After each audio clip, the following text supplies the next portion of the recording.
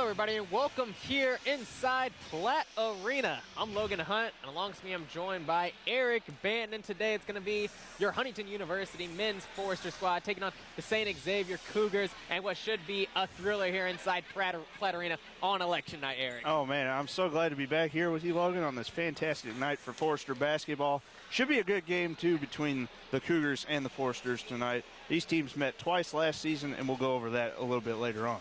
Yeah, like you said, Foresters and the Cougars meeting up twice last season. But before we get into that, we're going to highlight a little bit what's going on so far in this season. The Foresters coming off a big overtime win over Cumberland University in the Nez Brothers Hall of Fame tournament just this past weekend. And the Foresters 2-0 to start already and had a big game against Cumberland. Yeah, it sure was. I mean, this team was down by 11 points at one point in the second half.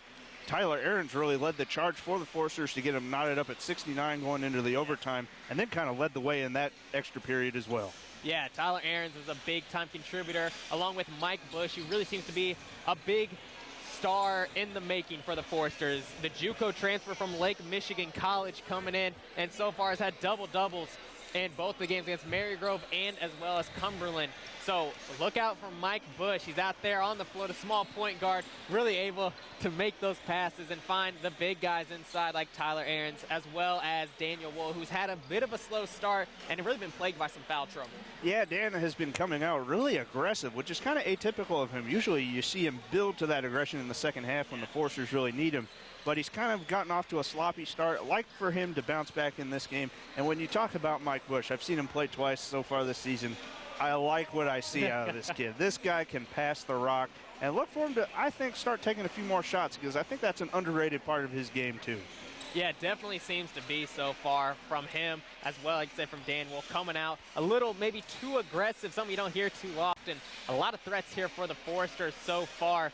And as we look into last season, the Foresters, like I said, coming off a disappointing 13-18 year with 7-11 in the Crossroads League, really couldn't quite live up to that potential, but didn't have too much leadership. This year they have it with Wool, Carazia down low, the big seniors for them. They have the leadership out there now. Murder's a year older, and when you look at last year when they took down St. X here at home, opening night, it was a big one for them. Yeah, definitely it was. At the time, St. X was at the same point they are now, 1-2 in the season, but they were receiving votes in the polls coming into the year, and that's kind of the same situation this year. But the Cougars are number 22 in the country. They're coming off of a tough loss to top 10 IU East, though, this past weekend in the Red Wolf Classic. Yeah, that was a big-time game where IU East really came out shooting it hot, had a lot of threes, and really got St. X down just too early in the game. So can't really wage everything on that game for St. Xavier. Still a very talented team, very long team, and you know they're going to try to get after it defensively against the Foresters. Yeah, for sure. And this St. X team has also played Grace already this season. That's who they opened up against, and only lost by 7 to that team. And we know what kind of quality the Crossroads League is. Every team can almost beat anybody on their own floor. It's really amazing. But I look for St. X to kind of bounce back in this game. Of course, after a tough loss like that to IU East, where they really didn't get much going in the first half, and they kind of just had to keep playing from behind and digging themselves out of holes. I expect them to come out with a little bit more fire in this game. Yeah, speaking of fire, we know the election night here, the polls are closed. Everyone's closing in on who's going to win the election right here in Platte Arena. It's open, and we're going to have a hot one here at the end of the night. We're going to see if the Foresters can't pull out a big victory against the Cougars. I'm Logan Hunt. Alongside me, we have Eric Banton, and this is FDN Sports. We'll be back with more Forester men's basketball when we return.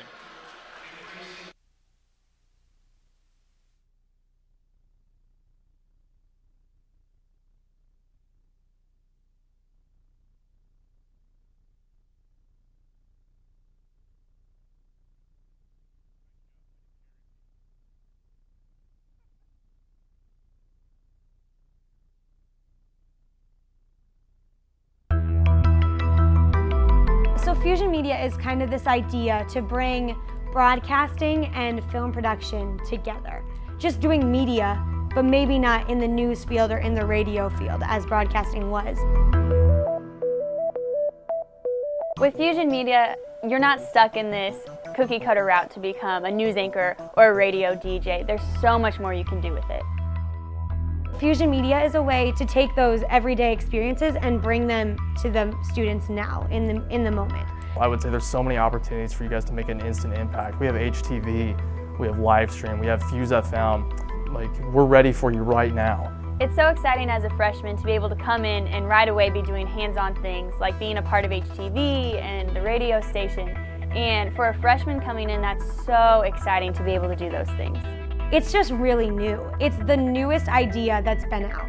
So no other school is going to offer a broadcast fusion media degree. We're the only one that does that. When you come to HU, you're able to really open your field and to be not just a reporter or not just a videographer, but to become someone who's multi-talented. So you can be on air, you can run a camera, you're kind of a one-man band sort of thing. You're really just given the chance to kind of run with ideas and to make stories and to create them interesting from the ground up. And that's a cool opportunity that you're not allowed to do anywhere else.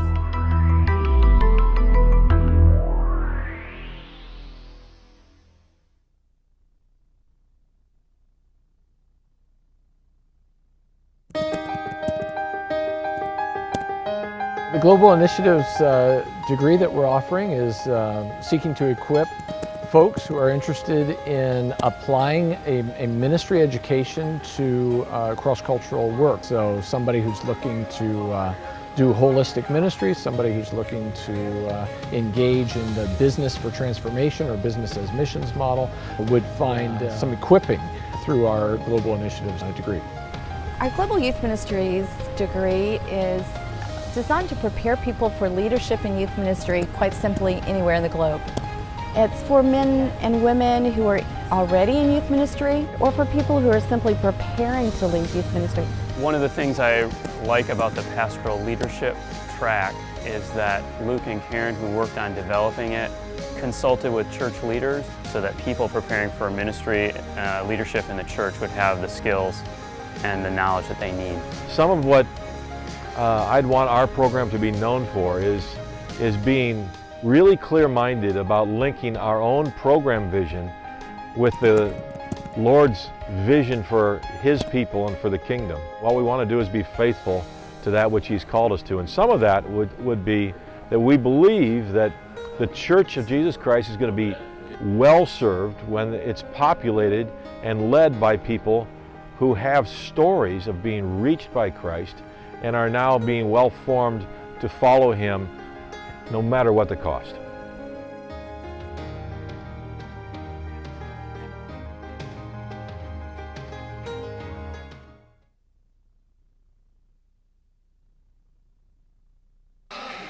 Welcome back here inside Platt Arena. The theme for tonight is American Night here inside Platt Arena. I'm Logan Hunt, alongside joined by Eric Bannon. For obvious reasons, American Night here on election night. Nice distraction here from all the politics going on. We're going to play some good, solid basketball here.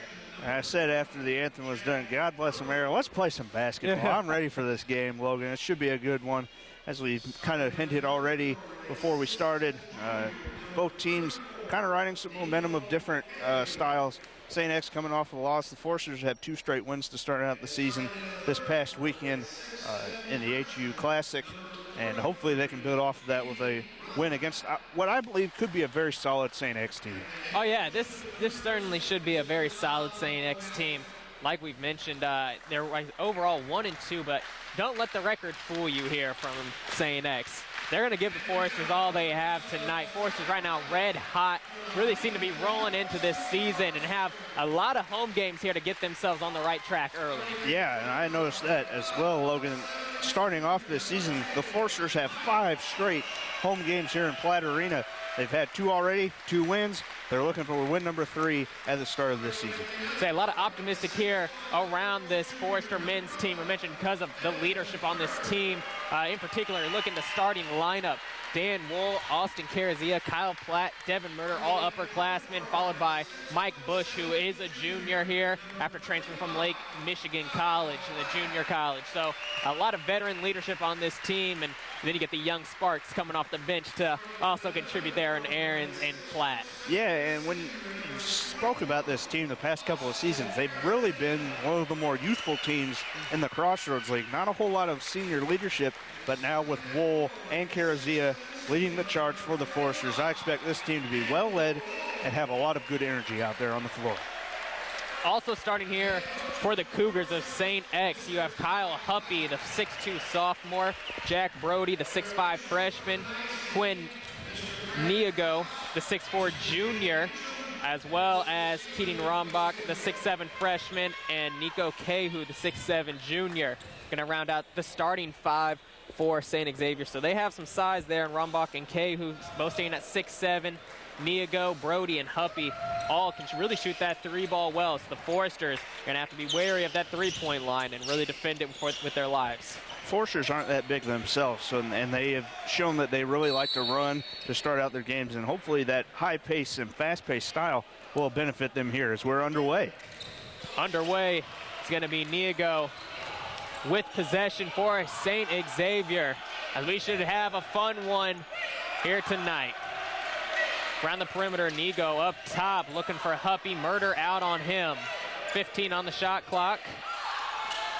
Brody thought about it. Finding Nigo, pull up long 2, top of the key, no good. Hustle for the loose ball. Carazia gonna be the last to touch it, so a fresh 30 here for St. Xavier.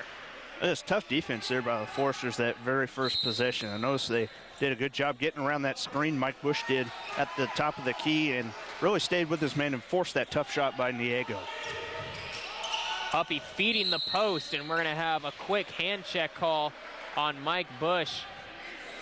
Well undersized in there, guarding Quinn Niago, who is, as I mentioned, 6'4". Mike Bush standing at a whopping 5'7". Definitely giving up some height.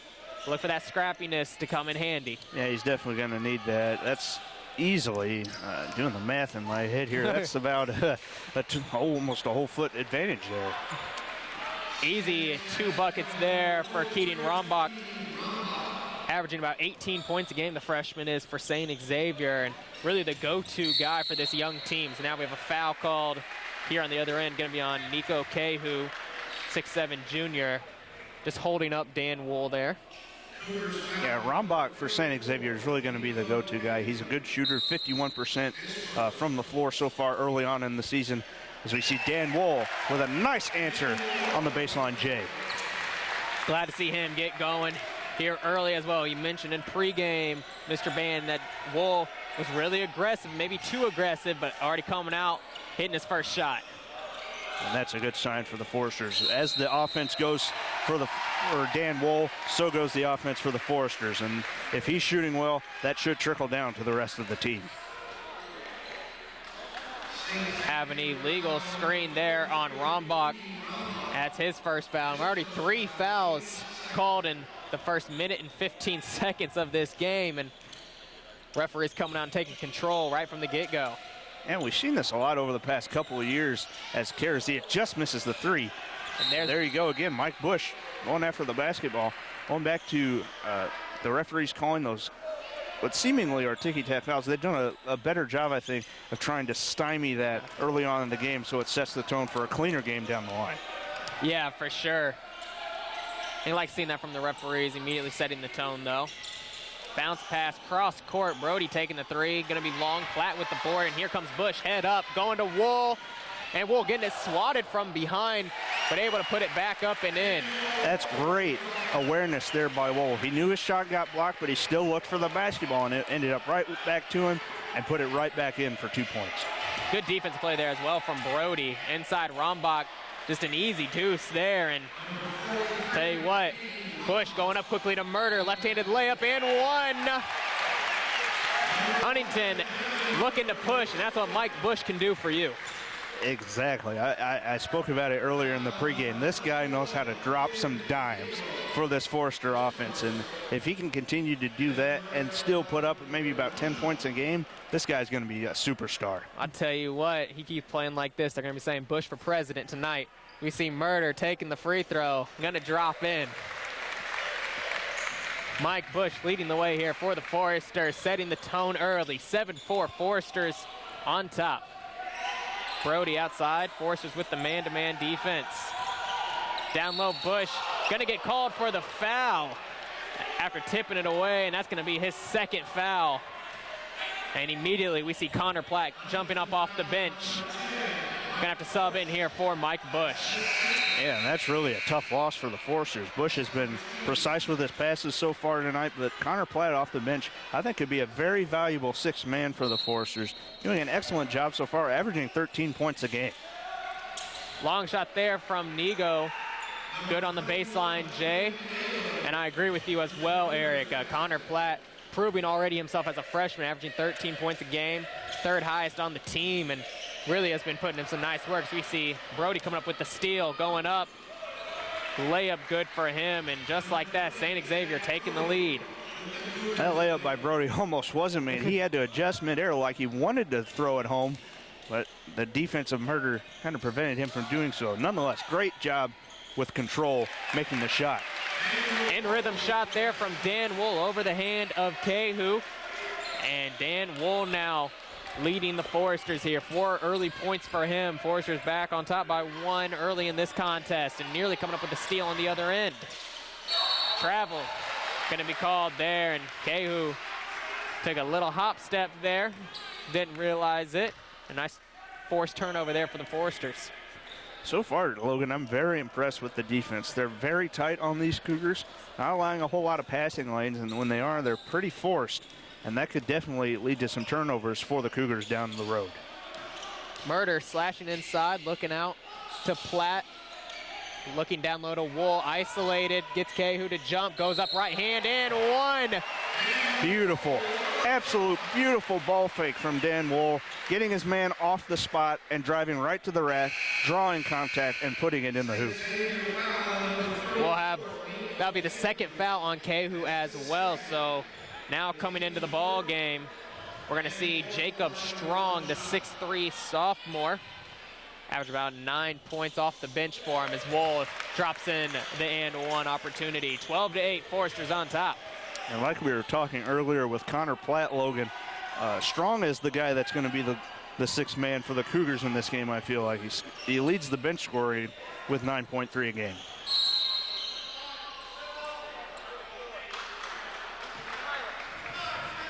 We're going to have a foul here called on Kyle Platt. A little push foul there, as now we see Austin Carazia exiting the ball game for the Foresters, and will be Tyler Ahrens, the hero of the Cumberland game for the Foresters. Really excited to see this guy play. And a nice shot there from Rombach going over the top of Ahrens, and Wool coming from the weak side and able to drop 2 in, and we mentioned how dangerous he is down low. Murder outside, picks up the screen from Ahrens, give and go action. Ahrens inside, and another and one opportunity for the Foresters. Third one in the first 4 minutes of this game. Passing is contagious. Mike Bush started out with the great passing. It's trickled down to his teammates. That was a great give and go from Murder to Ahrens. Again, beating his man to the basket and drawing the foul. And that will bring us to our under 16 media timeout.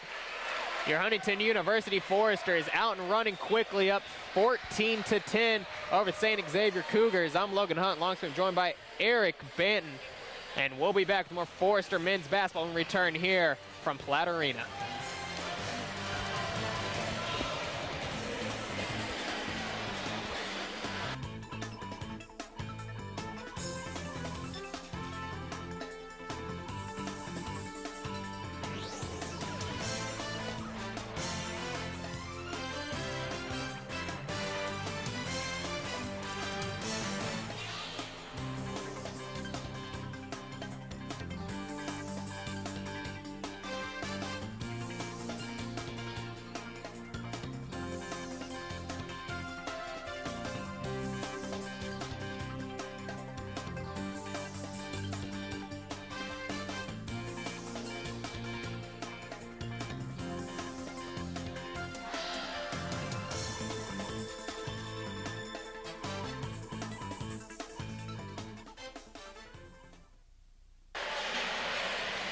Welcome back here inside Platt Arena. Coming out of the timeout, Tyler Ahrens gonna be at the line shooting one for the third and one opportunity for the Foresters, trying to get 3 points the old-fashioned way. 14-10, 15:56 remaining.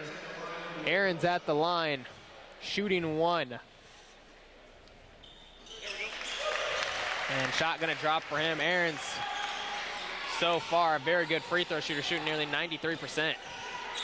Yeah, that's very rare. Very rarely do you see guys of that stature really have their free throw game down, but Ahrens is a pleasant welcome for the Foresters in that regard. And so far, I'm liking what I see out of that young man. There's Strong taking a 3 and nailing it.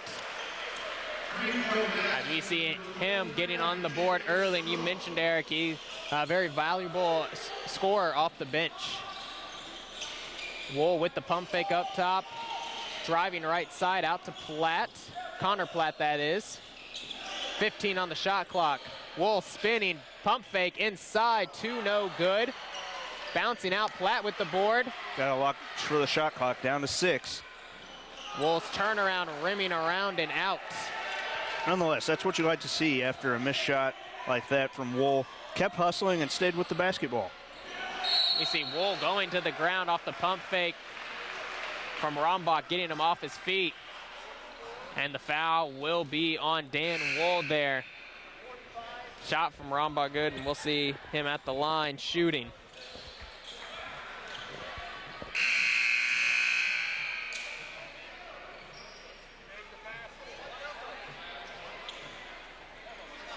Look, we got a little confusion. I Looks don't like know if it's a 2-shot foul or a 1.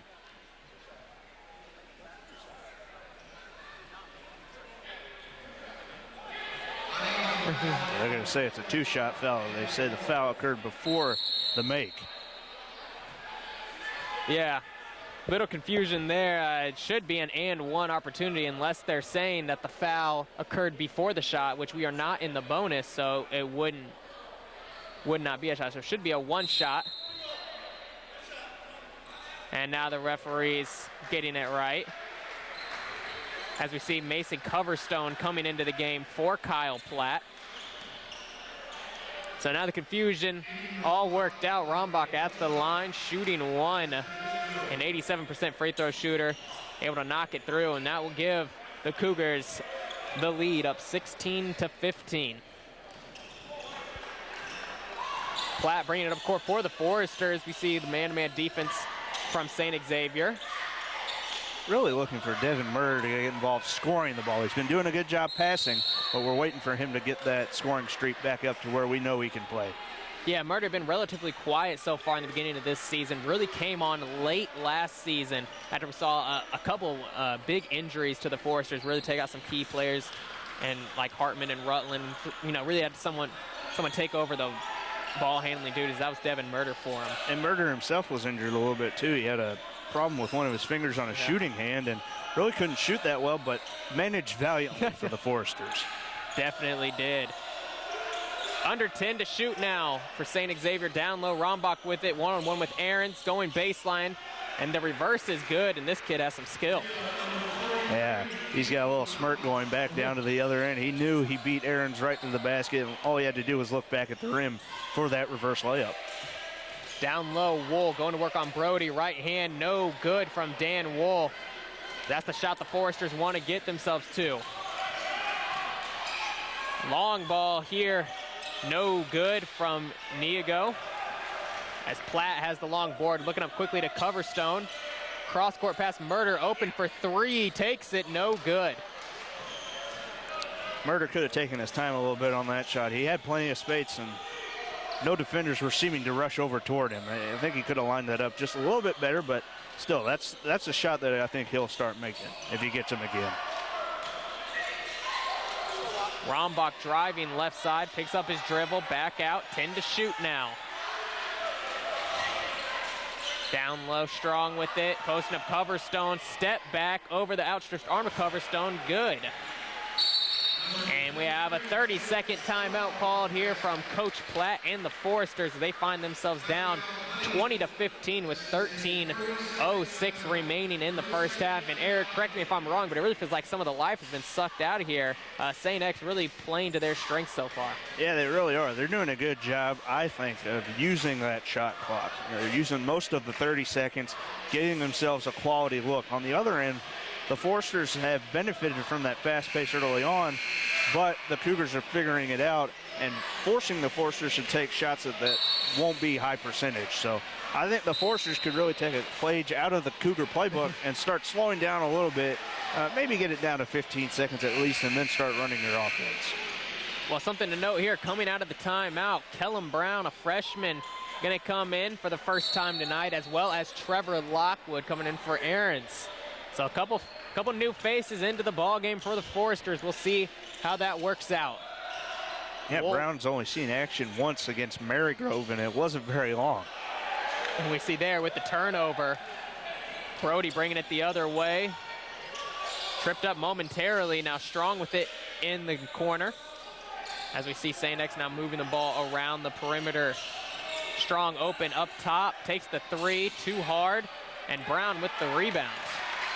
Very strong job there by Brown against Brody, skying up for that rebound. He looked to be a little bit outmatched, but great toughness there to get the board. Brown looking out to Wool on the baseline, spinning on Rombach, gets caught, looking for Lockwood between his legs.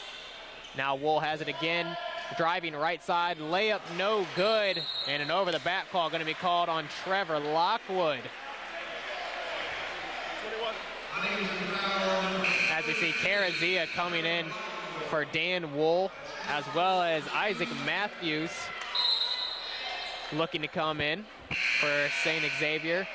He'll come in for Kyle Huppy, who has been relatively quiet so far for St. X. Yeah, he really has. Huppy, as far as we know, hasn't taken a shot, but he does have 3 assists so far in the night, and that's going to be critical, I think, to the Cougars' offense. If they can get a lot of assists off their baskets, they'll be in good shape. Right now, Niago with it, going to Rombach, top of the key, and a traveling violation going to be called on him. Moved a bit too quick for his own likes. Now we'll see Mike Bush checking back in for the Foresters, coming in for Brown, who's going to have to be careful with those 2 fouls. And I was just about to say, it really feels like this offense has been stagnant ever since Bush left the game for the Foresters. Yeah, ever since he picked up that 2nd foul and was sitting on the bench, the Foresters have kind of looked a little lost, and they need that general back on the floor, and I think Bush definitely provides that for them. Platt going to Bush on the wing. He'll take that 3. Going to be too hard. 3 Foresters there. Can't come up with the ball. Now up quickly to Matthews, who gets an easy layup in transition. And Coach Platt going to take another 30-second timeout. The score being 22-15, 11:34 remaining in the first half. And really, Eric, like I said, the Foresters just can't quite find that life in them offensively. No, and again, I'm starting to question kind of this fast-paced style offense. Bush, he was open on that 3 attempt, but I just feel like you could take your time and find another quality shot somewhere else on the floor. Now, don't get me wrong. If you're wide open, I mean, in pickup games, I do it all the time. If I'm wide open, I got to take it. There's no ifs, ands, or buts about it. But I got to say, I think the Foresters would be better off trying to search and weave their way down toward the basket like they were doing with Dan Wool early on in the game, which really worked out for them, drawing, what you said, 3 and 1 opportunities. Yeah, we've seen them try to convert down low, and really the defense has stiffened up there for St. X, and they've done a nice job moving their feet rather than using their arms to guard these Foresters, and it's starting to pay off for them. So we see Lockwood with it down low, getting it swatted away, and ball going to go out of bounds. Going to stay with the Foresters, get a gift here, but only 17 on the shot clock. Yeah, the Foresters, again, it just seems like that pass was forced into a double team almost down to Lockwood. He had 2 guys on him, and that's tough enough in and of itself. Bush with it up top, 10 on the shot clock, gets right past Matthews inside and is fouled. Foul going to be on Matthews. That'll be the team's 6th foul of this half. And this is a good thing for the Foresters, a positive during this 9-0 run by the Cougars. If they can keep upping the foul count, they'll put themselves in the chance to score without the clock moving. 3 from Platt, rattling all around and out. Lockwood, though, with the offensive board and putback, getting the foul. Wow. That ball should have gone in from Connor Platt. My goodness, it touched probably every part of the rim, but again, this time a good job by Trevor Lockwood, a guy who really hasn't seen much action so far this year, but he did a good portion of last year. Good to see him come off the bench, even rebounding from those mistakes he made the last couple of possessions for the Foresters, getting that board, putting it back up strong, and drawing another and 1 for the Foresters. Jared Jones checking in now for St. Xavier. Coming out of the game was Jack Brody as Lockwood converts. And you mentioned Lockwood really trying to find himself this year as well. Hasn't had too many minutes, and that's been because of the emergence of Tyler Ahrens, who right now is on the bench, and Lockwood earning some minutes here. That'll be interesting to see how Coach Platt splits that time between Lockwood and Ahrens, especially if one gets in foul trouble. And Rombach getting right past Lockwood again. He was in a nice pump fake there, going baseline, and Lockwood, I'll give him credit, fouled him to make sure there wasn't going to be an and one opportunity there. And although that is Lockwood's second foul and the team's sixth. So Rombach at the line shooting two has really been the only offensive spark for St. X in this first half. Rombach's been solid so far, Logan. 5 for 5 from the field and now 2 for 2 from the line. We see Dan Wool coming back in for the Forsters, and with Lockwood getting those 2 fouls, they'll take a seat. Another late sub here. Brody's going to come back in for Matthews, but with Dan Wool out there, again, you got that senior leadership, 2 seniors out there now with Carazia as well, and hopefully it can snap this little bit of a run, which they just did. Yeah, definitely so. We'll see who's going to be guarding Rombach out of this. It's going to be Wool or Carazia. And you mentioned Matthews coming out. He picked up his second foul on Lockwood just recently, so Brody coming back in for him. So we see a little bit of light pressure here from St. X, trying to deny Mike Bush the ball, as we see Connor Platt bringing it up court now for the Foresters. Platt looking out to Coverstone, down to Wool. Looking for a pass, driving right side, layup, this time good off the glass. That's a good job again. Wool saw the angle to take into the lane, cut right to the basket and lay it up off the glass. That is a classic Dan Wool move right there. 24-20. The Cougars on top of the Foresters. We come to about 10 minutes to play, and now we're going to be going the other way. Foul going against Jacob Strong, as he was pushing Mike Bush out of the lane there and got a little worried. Saw Mike Bush in the general area, thought that he might have picked up his third foul. That was going to be scary if he did, and I'm honestly a little surprised that Coach Platt decided to bring him in with those 2 fouls. I mean, we're only halfway through the first period, and if he picks up another one, I can't imagine he'll play the rest of the first half if he does. Wool going baseline as it's stripped away by Brody. Strong coming quickly the other way, looking up to Jones. Up top, Brody takes a step, down low, Rombach gets an easy layup. He had the mismatch going up against the much shorter Mike Bush.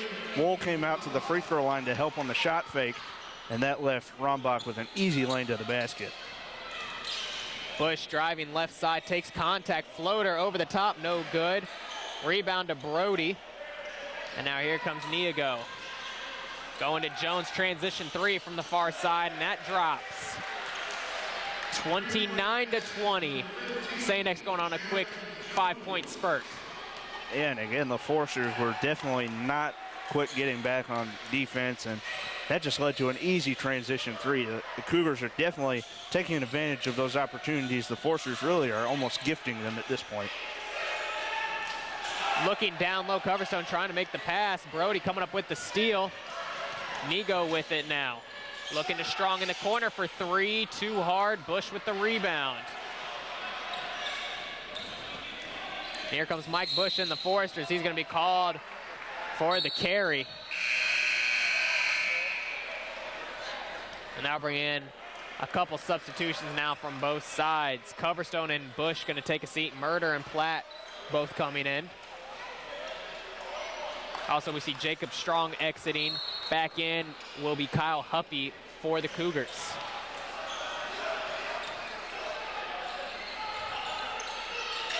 Jones with it, and now we have an offensive foul again going to be called. This one going to be on Jack Brody. That'll be his second foul and the team's 9th as well.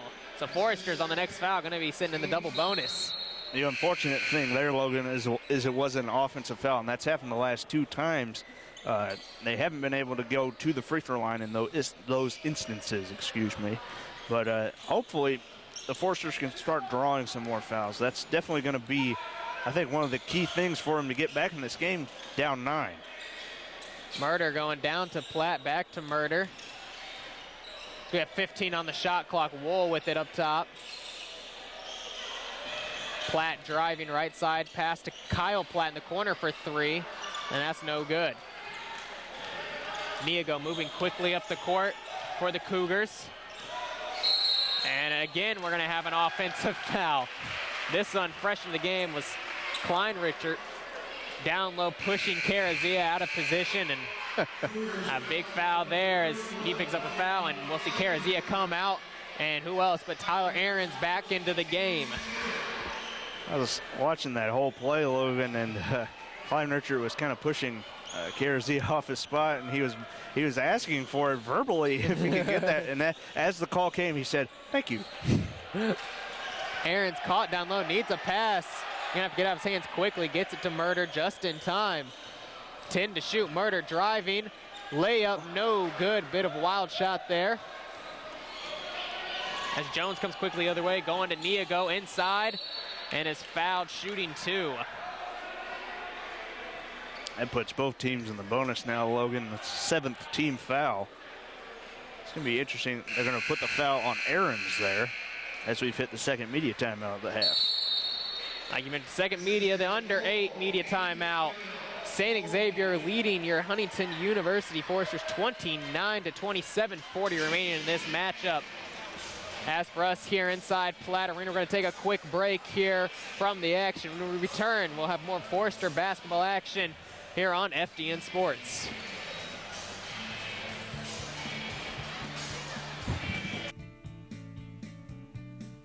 My name is Tori Stogdell. I'm a sophomore transfer student from Greenwood, Indiana. I transferred to Huntington University because I really like the whole Christian atmosphere. My boyfriend lives here, and I'm rooming with my best friend of 17 years, and I couldn't ask for anything better. Before I moved to Huntington, me and my boyfriend were having a long-distance relationship. It was about 2 hours away, and it was definitely really hard, but we made it work, so it's been great to actually be able to see each other every day and spend a lot of time with each other. My roommate's Marlena, and we've been best friends for 17 years. We've always done everything together. We've been the bestest friends. Definitely the hardest thing about being away from home is definitely being away from my family. Like, this is the furthest and longest I've ever been away from them, and we're super close, so it's definitely very hard.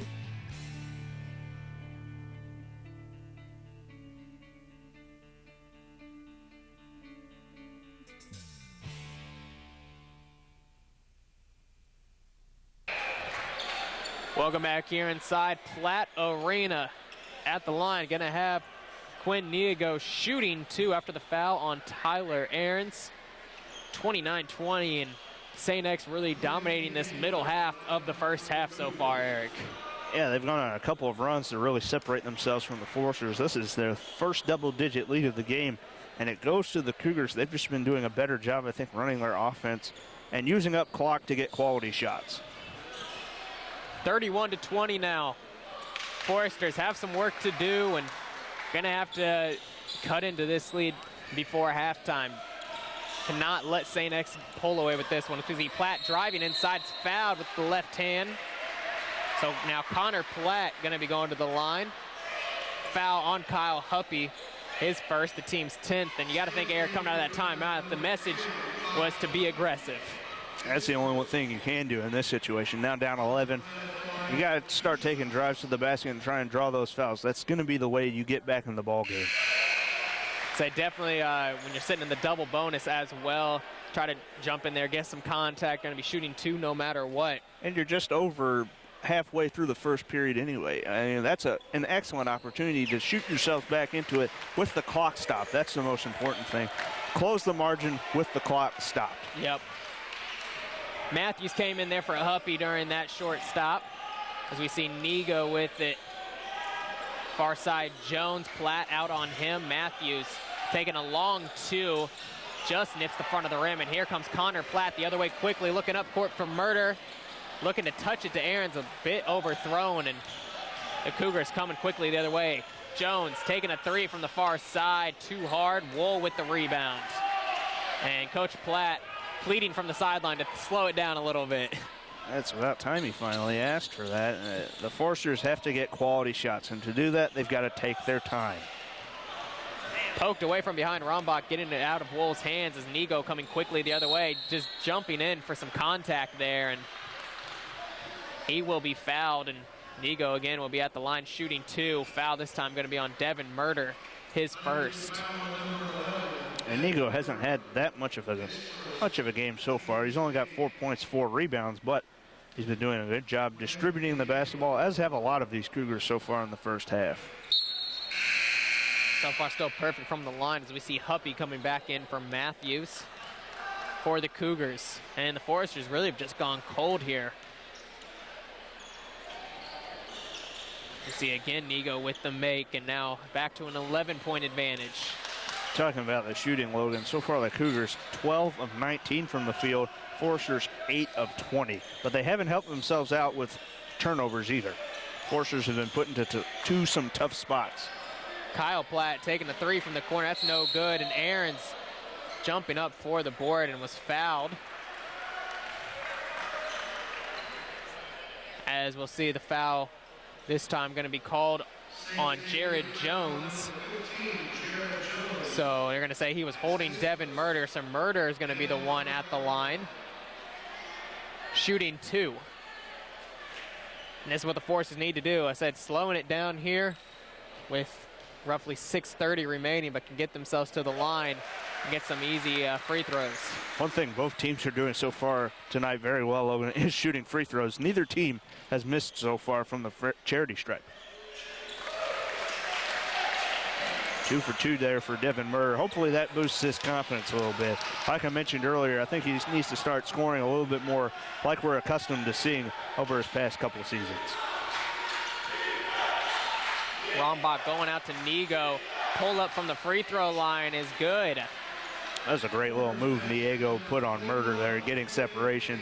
Found an open spot at the free throw line and just took that J. Connor Platt with it, going to Aaron's outside, down to Wool. Quick pass to Murder, corner three is good. And that comes with continuity between those two guys. Murder and Wool, very familiar with each other. That was a great tip back out to Murder from Wool. Foresters getting a little bit of a pep in their step. Now the crowd starting to try to get behind them. Rombach down low, gets it taken away, then gets it back and gets an easy layup from it. An unfortunate situation there for the Foresters. Boy, I don't know how you don't call a foul there. That's really puzzling to me. There's a big old collision. Guys are laying down on the ground. I figure something would have gotten called there. Referee just shielded off from it. We see Aaron's down low, going up for 2 is good. Strong move there. Aaron's had the mismatch down low there against Diego. He's a little bit taller and did it strong off the backboard, looking all the way at the basket. Jones going down to Rombach. Wool on him, poking it away, coming up with the steal. Flat with it on the ground. Jones gonna get the timeout on the ground. That was close, Logan. I honestly thought they might have been calling a jump ball there sooner or later, but that was very, very close to being a jump situation, and possession would have been with the Foresters in that case, but say that happening right in front of us. Good job there from Dan Wool, able to poke it away from Rombach. 37-29, Foresters find themselves down to 4:52 remaining. We mentioned it's American night here, and good crowd support so far from the Forester faithful coming out here on a Tuesday night, able to show some love here. And we want to thank also, while we have some time, all of our 105.5 WQHU Forester radio listeners. We'd like to thank all of you for staying tuned here, and we love giving you coverage here from inside Platt Arena. For sure. One of the best things about being in this program when I was is that we got to start doing this web streaming and still keeping the radio listeners informed as well. That's a great thing we got going here. Back to the action. See Rombach pleading for it down low. 3 to shoot. Gets it. 2-1. Doesn't know. Shot clock gonna run out. Dan Wool was jacked up about that. First, he had the great defensive play before the timeout, and now he forces Rombach to think a little too long, and it gives the Foresters the ball back with another chance to cut down this lead. Trying to get this lead to under 5 before we reach halftime. Coverstone looking for a pass, finding Wool. And Strong fresh into the game as well for St. X. We see Aarons with it down low, going up for 2, and able to convert. And a lot of hand-checking action going on there, Eric. Strong there by Aarons, sticking with that. He got the ball tipped away from him, still kept his concentration and put it up again, this time from the opposite side. Down low, Kleinrich missing the shot there, and now the Forces with some momentum on their side. Connor Platt bringing it the other way. Murder with it, far side, looking for a pass. Foresters get a bucket here. I expect the crowd might erupt because that'll take it down to a very manageable deficit for them, and they've been hitting the last few shots in a row. Coverstone with it, turnaround Jay. Gonna roll in for him. Hometown roll there for Coverstone. Still, he knew the situation. Shot clock was running out. Put up what he could, and the luck of the Irish smiled on him there. Down low, Strong making the cut. Whoa. And a beautiful backdoor cut there and reverse layup from Strong to silence the crowd here in Platt Arena. That kills the run too. Puts it back up to a 2-possession game, and Foresters need to answer here. They've still got some momentum, I think, on their side. They just need to keep doing what they're doing. Wool going spin move down low, up for two, too hard off the glass.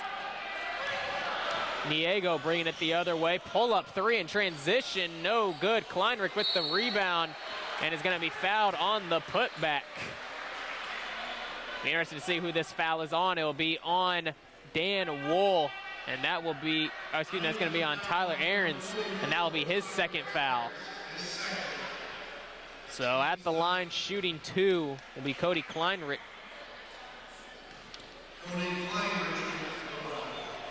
First one no good for him as he's getting some substantial playing time for Jack Brody, who had those two fouls early and had to come out.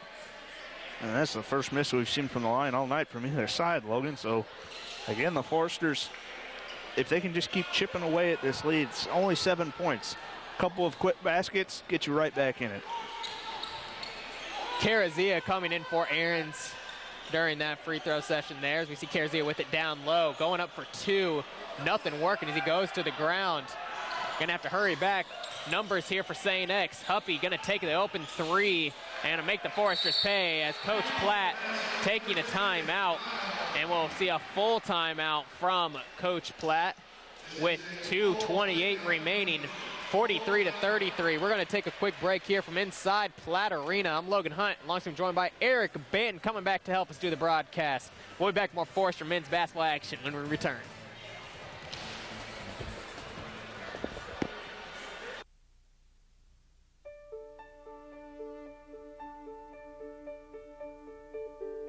I'm Mike Wanis. I'm the Academic Dean at Huntington University.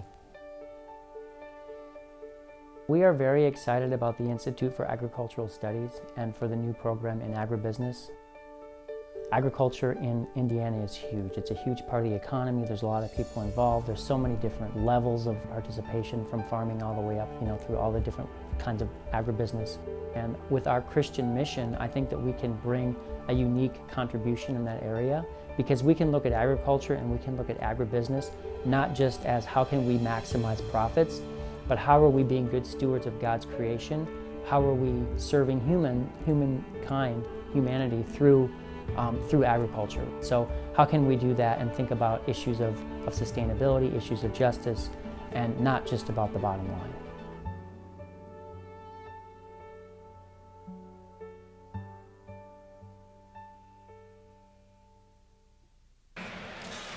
Welcome back here inside Platt Arena. Coming off of a full timeout from Coach Platt. And we'll get ourselves back to the action now. 43-33. 2:24 remaining. Coverstone with it now for the Foresters, out to Murder.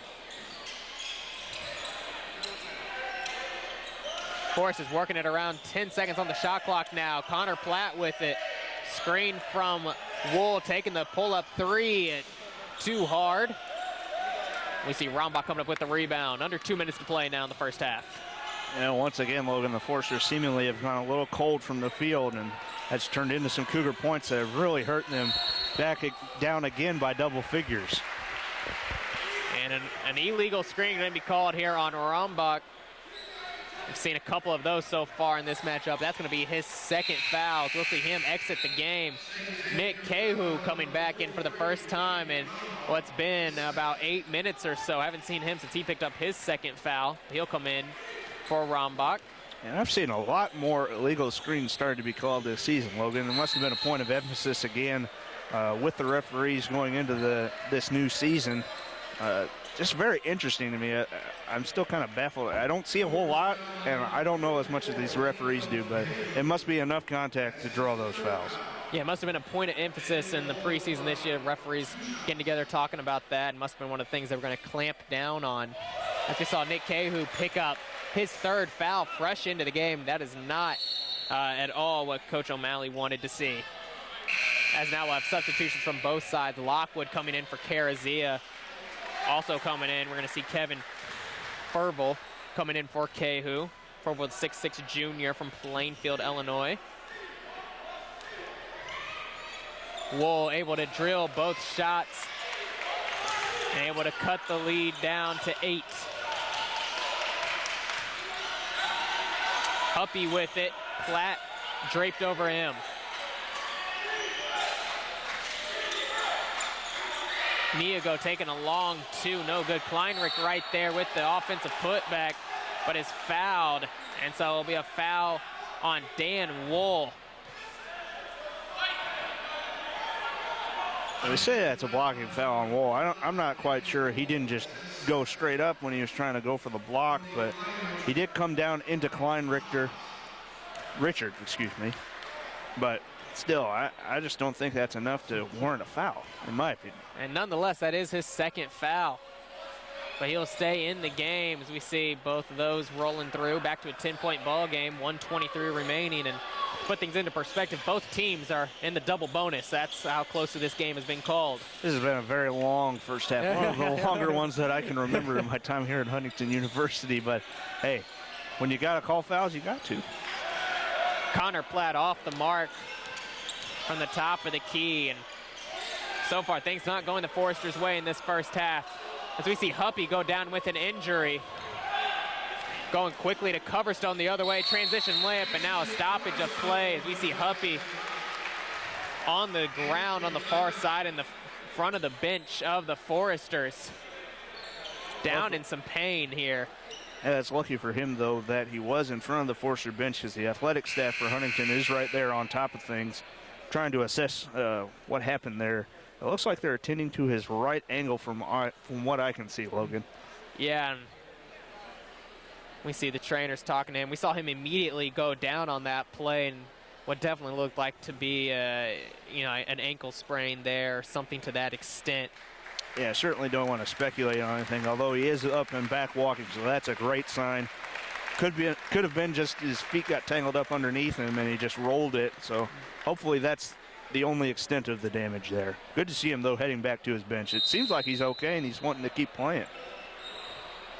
I'd be surprised if we see him before halftime, though, with 52 seconds remaining. 45-37, Cougars on top of the Foresters.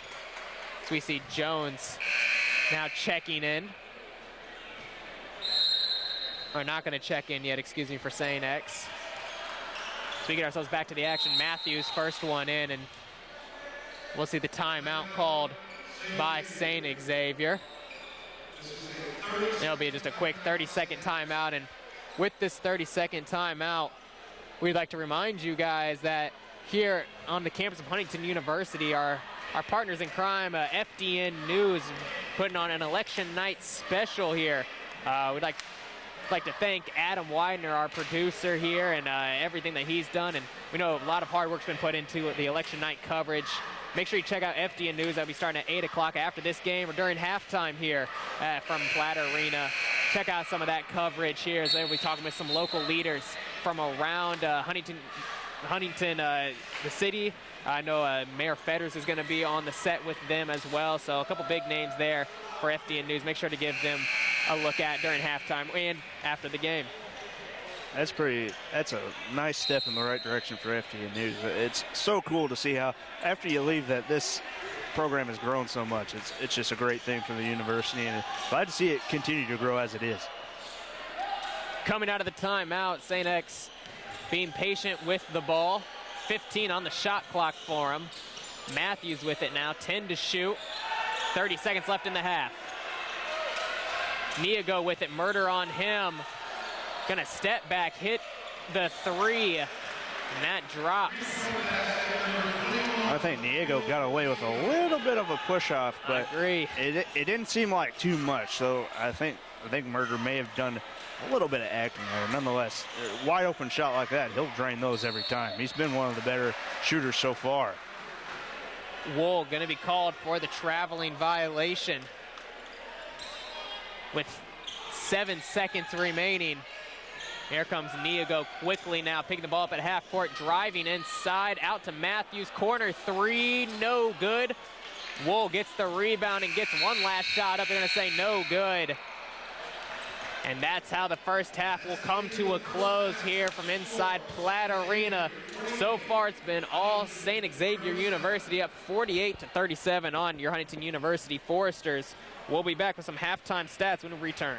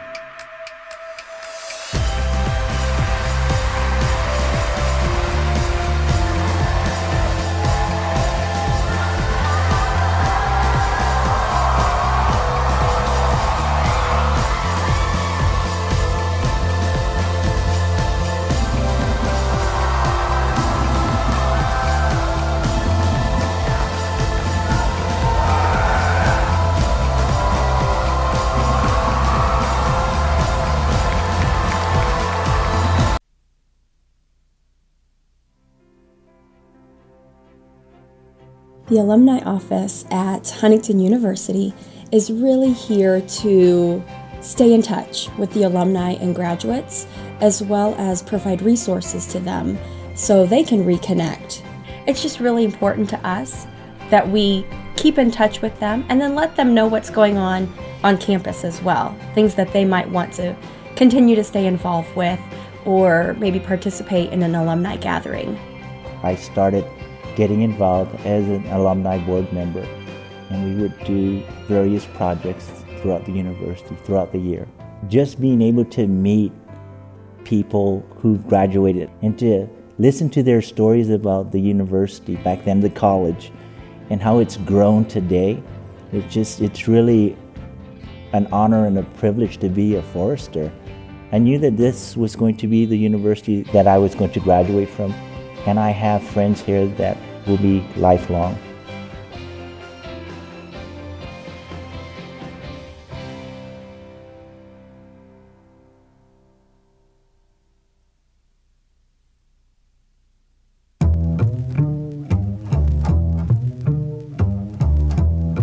We have a lot of people that ask us, what does DMA mean? That's a really good question.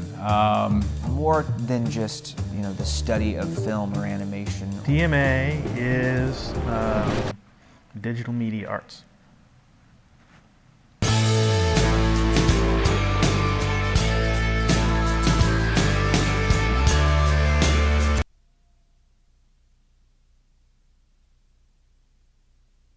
It's a relatively new term. I mean, it's been a program here at Huntington for probably 8 years. It is a look into a whole new culture. We are the fastest growing major on campus, and I think that has to do with the times. The famous quote by Plato that the storytellers change the culture. This is a time in the history of our people when we really want to tell stories. Story. The story is what matters so much. It's expanded in such a way that we're just discovering what these tools can do. Just now finding out what it means to be a digital filmmaker or a digital animator or a digital broadcaster. I thought I knew what it meant. I thought it meant VeggieTale videos meets gaming meets Hollywood film. And then we hired a couple guys from VeggieTales, Steve and Brian. When I was first asked to come and help start the program in digital media, I thought, I'm an animator, what do I know about digital media? Well, it turns out that animation is digital media.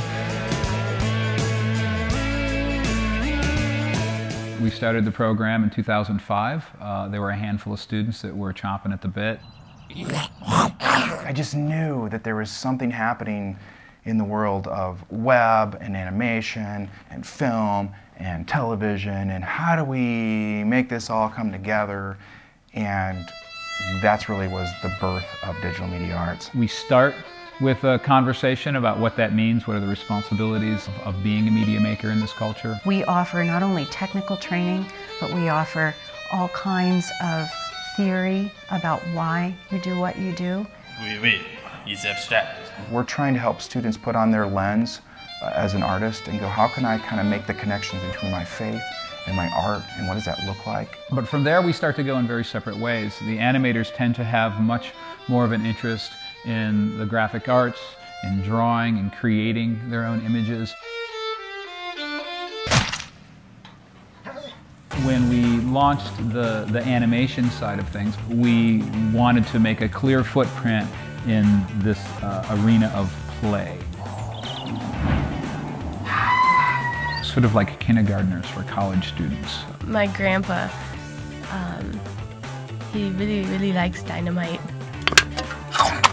So that's where the traditional media, the clay, the sand, those kind of things came in as a great introduction and as a way to sort of capture the enthusiasm that the students were bringing to this medium.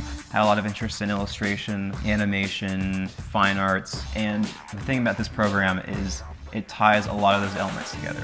So that back and forth between the analog and the digital world in so many different ways. It's really, really exciting right now. The technology is making it very doable, and it's making for work that it's animation we've never really seen before. It's kind of cool.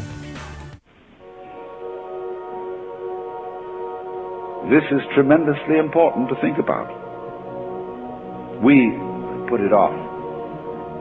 Death is swept under the carpet in our culture. In the hospital, they try to keep you alive as long as possible in utter desperation. They won't tell you that you're going to die. I think film has a very unique place in the prism of digital media arts. It gives our students a lot of opportunities to do hands-on learning, so it's very kinetic. I think that comes for one reason because of the accessibility towards career equipment.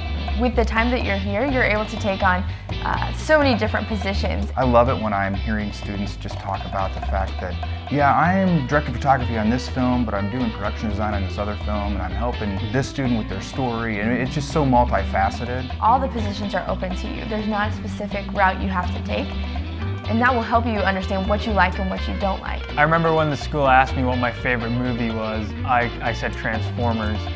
I kind of regret saying that now. I just thought, the main purpose of filmmaking is visual effects. Through my time over here, I learned that, storytelling is so much more than that. The most recent adaptation is our Broadcast Fusion Media major. So we've taken the last 18 months and completely rebranded our broadcasting major into a Broadcast Fusion Media. We're not interested in teaching you how the business will look now when you leave. We're interested in teaching you how the business will look in 10 years. And it is fusing together photography meets cinematography meets podcasting and web video. Fusion Media is the next thing for students that want to work in advertising agencies, church media, and definitely be a part of a creative class.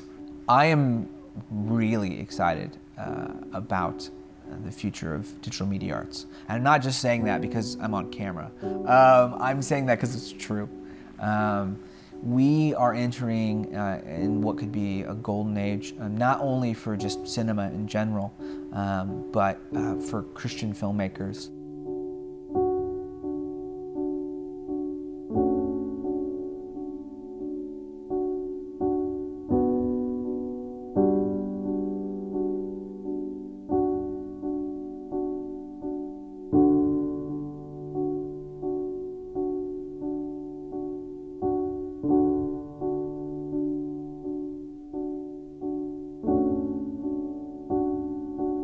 When we invite students to come and study with us here at Huntington, we're looking for a passion for storytelling, a commitment to the journey, which is long and lifelong, because being a filmmaker is a lifestyle choice. I really feel that it's not just the stories we tell, it's how we move through the industry, it's how we treat other people that we work shoulder to shoulder with. Right now, we can't even begin to imagine the changes that are coming. We only know that they are coming.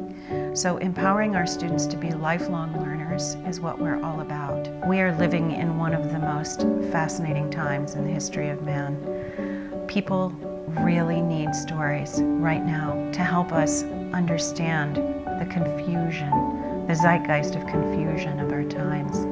And what better way to tell stories than with picture and sound? I know I get excited about it, I get too excited about our program, but I am excited about our program. It's unique, it's compelling, it's different, it's hands-on. It's a program that you can come in and find your voice. And use those authentic voices to be able to communicate everything that we need to be more human, to be more fully alive in the world. That's pretty much it. I mean, that really.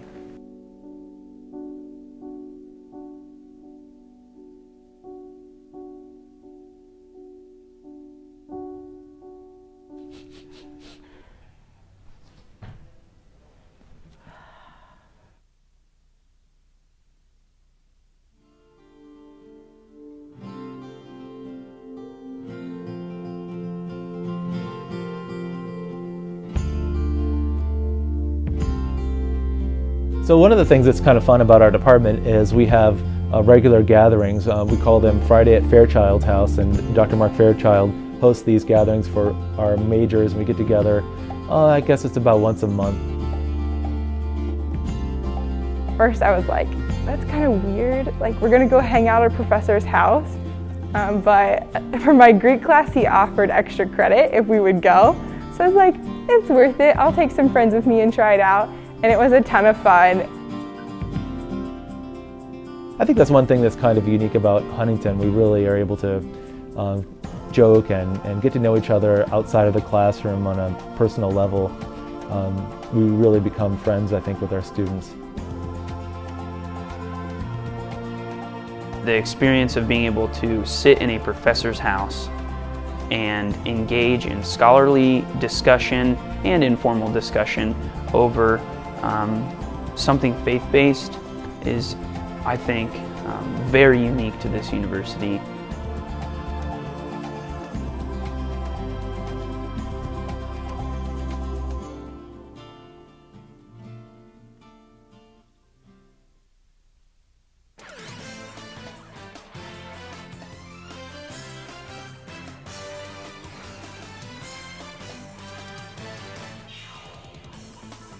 Hi everyone, and welcome back inside Platt Arena as we have arrived at halftime. It's 48-37, St. Xavier University on top of your Huntington University Foresters.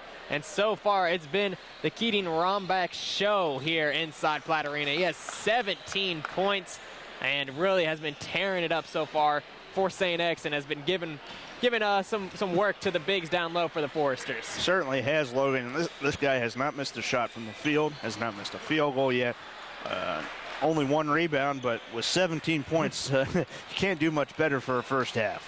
No, definitely can. And we saw Quinn Niago really getting himself going there late. Had a couple of free throw opportunities to get himself on the board, and then kind of caught fire. He has 11 points, 7 quiet rebounds, and also 3 assists. And really, it's been that next man up mentality for St. X. Has given them a second scoring option as well. Yes, toward the end of the half there, he hit a 3 on Devin Murder, and that kind of set the tone for the end of the half. The Foresters went back down the other way, had a turnover, and then gave it back to the Cougars right after that. So that proved to be a pretty vital bucket for the Cougars so far this game, and they've just been really lighting it up so far as a team.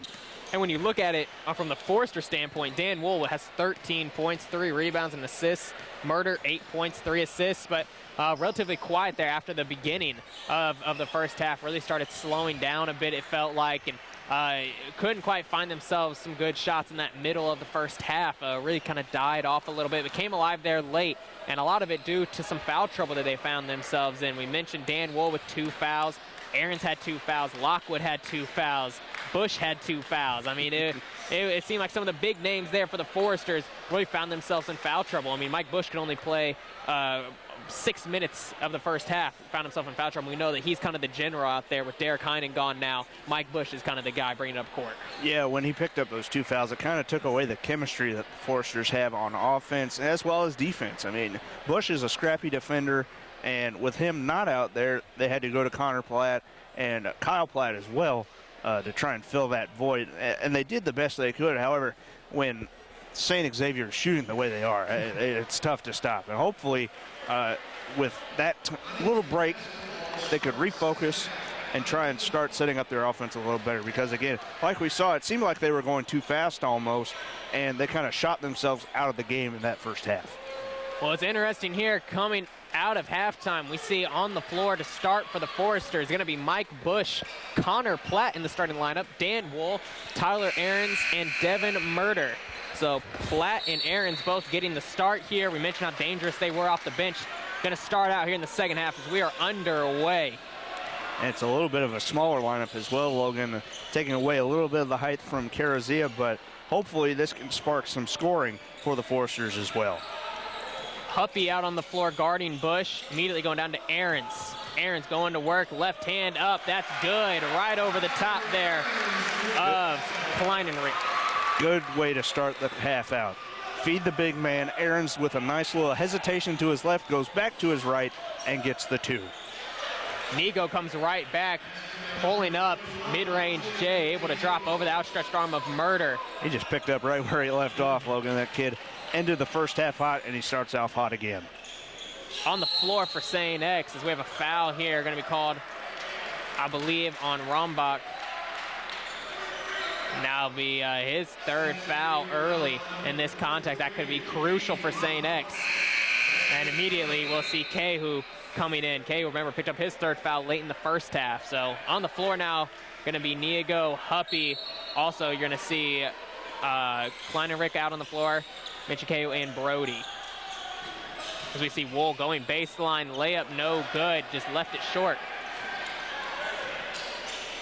50-39.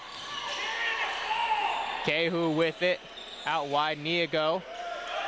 Picks up a screen up top. Kleinenrich gonna go to Brody. Driving inside, Huppy gets it past Wool for an easy layup. And Wool had the size advantage. It was just the speed there of Huppy getting to the basket a lot quicker than Dan shifted down into the lane to try and block that. Also, Wool not wanting to pick up another foul early in this half. We know he's been in foul trouble before. Bush putting a move on there and hitting the shot. That's what he needs to start doing. I think Bush, he's a great distributor of the basketball, don't get me wrong, but I think he needs to start picking that up in the scoring department as well, because his team is definitely going to need him here in this second half with his team down by 11. And Bush, like you mentioned, one of those guys that can go one-on-one and take it himself. There we have a takeaway here for Dan Wool, getting it into the hands of Bush. Bush far side, putting the moves on, down to Wool. Wool drawing contact from Kehu, who just picked up his 4th foul. That is big, Logan. Kehu a starter for this Cougar team, picking up his 4th foul very early, just over 2 minutes into the second half. I don't know how they're going to play this down the line, but I got to think Kehu's got to come out of this game to preserve him for maybe the last 3 to 4 minutes. Wool's first free throw rimming around and out. And we see O'Malley going to get a late substitution here. And it's going to be Jacob Strong coming in for Kehu. We mentioned Strong coming off the bench, doing a nice job so far. Has 7 points in the first half. His 3rd leading scorer there for St. X, and really gave him a spark. We see Wool converting on the second, though. Cuts it to a 10-point lead for St. Xavier. Again, Logan, like we talked about toward the end of that first half, if the Forsters can start getting to the line and converting like they have been in this first half, they'll be in good shape because this St. X team is really committed a lot of fouls. Quickly the other way off the Niago missed 3. That was about halfway down for him, too. Bush coming back, moving the ball around now. Connor Platt with it going to Wool. Again, looking inside to Ahrens. Comes up with the ball and an assist to Wool. 2 points for Ahrens. I'm loving this concentration by Ahrens. Even with the ball knocked away, he still manages to try and get the ball and keep it alive for the Forsters. I love that out of the big guy. And on the other end, another offensive foul against the Cougars. That's going to be Strong, his 2nd and the 3rd team foul already of this half. And we mentioned how both teams were in the double bonus last half. Forsters with 10 total fouls, and get this, 14 total fouls for St. X. And I think even before that, the Cougars were into the bonus not even at the midway point of the half either. So they got into some foul trouble very, very early, and hopefully the Forsters can take that advantage away. Platt elbow J, no good. And here comes Huppy the other way, going to Strong. So now St. X get into their offense.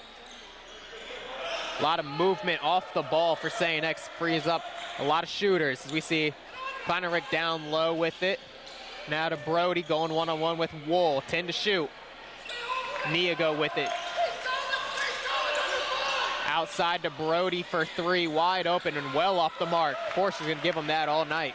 I like that defense on that possession, though, Logan. The Forsters fought through screens, were really tight on their man, and forced the Cougars to go really deep into that shot clock and force the miss. Forsters getting back to their bread and butter, going down low to Wool. Turnaround no good, put back no good, and Dan Wool just can't get going. Yeah, after that quick start at the very beginning of the game, he's gone cold. And Wool slow getting back defensively there, leads to an easy bucket. Down low for Brody, and back to a 10-point ball game. Bush coming the other way. Up top, Bush with it, jab step on Huppy. Looking to go one-on-one, spin move. Out to Ahrens for 3, no good. Wool with the offensive rebound, goes up and gets that one to drop. That's how you bounce back. Wool's got to get that last possession out of his mind. Just focus on the next one. As long as he can do that and stop getting so frustrated, he'll be back on defense quicker, and hopefully his offensive game will step up in that regard as well. Strong looking to go down low. Kleinerick trying to get position on Ahrens inside. We see Niago now open for 3. Around and out again. Ahrens with the rebound and throws it away. Strong able to come up with it. Pull up for 3. No good. Rebound Huppy. Shot no good. Ahrens coming back with the rebound, and now Foresters getting it to Bush, and Huntington trying to get into an offensive set here. Oh my gosh, I don't know what to say. The Foresters lucked out of that possession, Logan. So many opportunities. They really shot themselves out of it, but they're keeping balls alive.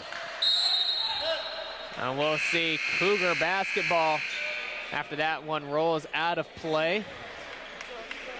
And this will take us to our under 16 media timeout, I believe, with 14:39 remaining. St. Xavier on top of your Huntington University Foresters, 54-46 here inside Platt Arena on election night. Not going the Foresters' way. I'm Logan Hunt. Alongside me, I have Eric Bann. We'll be back. What makes the HU music department special, I think, is basically the make up the department. It's like we're one big family. instead of just friends coming together to sing and do music work, it's more like we're a family, like just brothers and sisters. Students have an opportunity to bond with one another, being a smaller group. It gives us a chance to interact more closely with the students, to answer all their kinds of questions that might arise. The professors are really knowledgeable, very talented, and you can tell that they really care about individual students. We incorporate the community sometimes, so it's really good to get to meet new people from Huntington and throughout the community and just to work with everyone. The choir performs lots of times out. Welcome back here inside Platt Arena. Once again, Foresters down by 8. And Eric, I know you have an update here on the women's side, women's basketball. How is Coach Culler and the company faring? Oh, they're faring very nicely against Great Lakes Christian this evening. At the half right now, 44-17 for the Foresters in that first half. Taking care of business on the road. You know, they've had a couple road stretches here. Yes, they have, and got to give a shout out to Miranda Palmer, the Women's Crossroads League Basketball Player of the Week. Miranda Palmer on track to possibly become the all-time leading scorer here in women's basketball history. As we get back to the action now for the men's side, we're moving quickly the other way. Wool inside, transition layup good. Wow, that's how you split the defense there, Logan. Beautiful feed from Murder into the lane to Wool. Got between those big old branches there in the lane and managed to get the bucket. That's what the Foresters need to start doing. They need to start cutting inside because they have an advantage, I feel like, down there. Kleinerick down low on Lockwood, has to throw it out. Huppy, corner three, just not falling for him. Wool with the rebound and moving quickly the other way. Wool taking it up court himself. Pass to Coverstone, pump fake the three, working inside. Looking to Wool, and now Huntington gonna slow it down. Smart play here. Bush getting the screen, pull up three now, off the mark. Jones with the board. That was smart there by Wool. He knew he didn't have an advantage. He wanted to slow down the offense. Bit of a forced shot, I think, though, by Bush. He did have some space, and he did get a clean look at the basket, but still, I think you got to keep getting quality looks at the basket instead of just rushed ones. Down low, Kleinerick going to be called for the offensive foul. Just lowering his shoulder right into Lockwood. Now will be his second foul, the team's fourth. As we see Karazia coming in for a very tired Dan Wool, and also big name Rombach coming back in for St. X. Kleinerick going to take a seat. And if you're the Foresters, Logan, I think you got to go right at Rombach. He's in foul trouble, as are a lot of these Cougars so far right now in the second half, but I would think that would be the offense. Try and get it down low if you can. If you see the three and it's clean, take it. Great job, though, by Murder here on the other end with that pull-up free throw J. Definitely a beautiful leaner there, kind of at the free throw line. Got that space from the great screen by Trevor Lockwood that doesn't go unnoticed. And it's a 4-point game now, Logan, and as you can probably hear, the crowd is fired up, trying to get the Foresters to continue the fight back into the game. And a foul going to be called on Lockwood, holding Rombach trying to get to his spot. Going to be the third foul on Lockwood, but the first of this half. And that's a good thing, too, for the Foresters. They've waited a long time, at nearly, actually just over 7 minutes into the half, and they finally picked up their first foul, but quickly pick up their second now here, too. And Diego fouled by Devin Murder, shooting two now. Now be Murder's second foul. So Diego at the line, shooting two, and definitely quieting the crowd a little bit, Eric. Yeah, Diego, again, has been the hot hand so far for the Cougars, especially toward the end of the first half, like we mentioned earlier. And now he's continuing that momentum here into half number two, and breaks the little bit of the run that the Foresters had, getting it down to 4, now extending it to 5 as he misses the second. And also Lockwood out, Wool back in. Midget very looking exasperated out there. Setting the screen here for Bush. Coverstone with it, driving inside, gets it poked away from behind, and will be Forester basketball. Good job by the officials conferring with each other just to be sure about that tip out, and luckily I believe got the call right there. Coverstone got it poked away from behind. Coverstone inbounding from in front of his own bench. 18 on the shot clock. Wool going back to Coverstone off the inbound to Carazia, and an easy deuce there. And we have a one-possession game. I like it. I like the way the Foresters are passing the basketball. If they keep doing that, they will probably tie and possibly take the lead if they can get some stops. That's what you need now is just stops. Beautiful defense just like there. that. Dan Wool using his feet, push Rom back out, then using his hands to come up with the steal. Bush transition pull up, no good.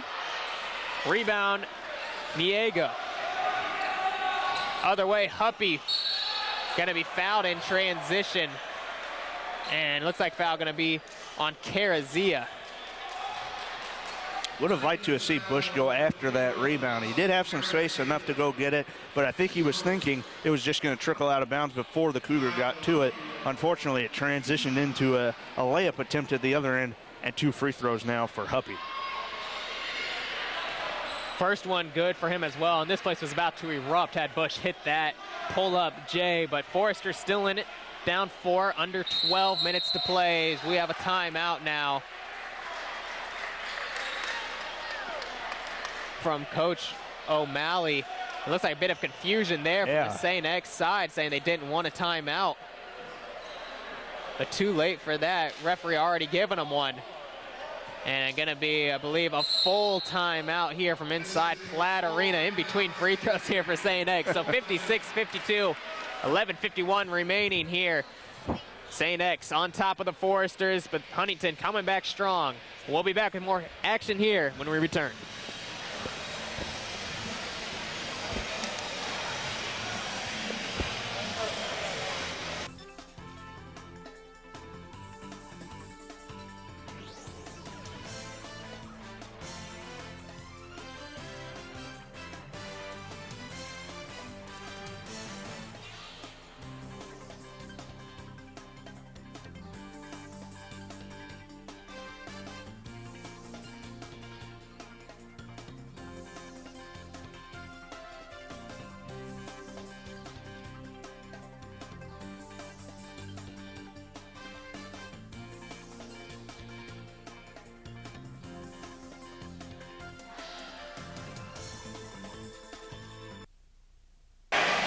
Welcome back here to Platt Arena. 56-52, we're at the line. Huppy shooting 1 out of the timeout. Both teams with 3 timeouts remaining. Huppy so far been very steady at the point guard spot for St. Xavier. Free throw out of the timeout, no good. 4-point ball game. On the floor for your Foresters, you have Wool, Murder, Coverstone, Carazia, and Bush. Murder picking up the screen from Wool, looking right side, Bush with it, bounce pass down to Wool on the block, going to work on Rombach over the top of him, and an easy 2. Yeah, go to work, young man. Dan Wool, that's your spot. You got to work down there and feed the big man. Saw him get down there and take care of the basketball. 2-point game, 1 possession.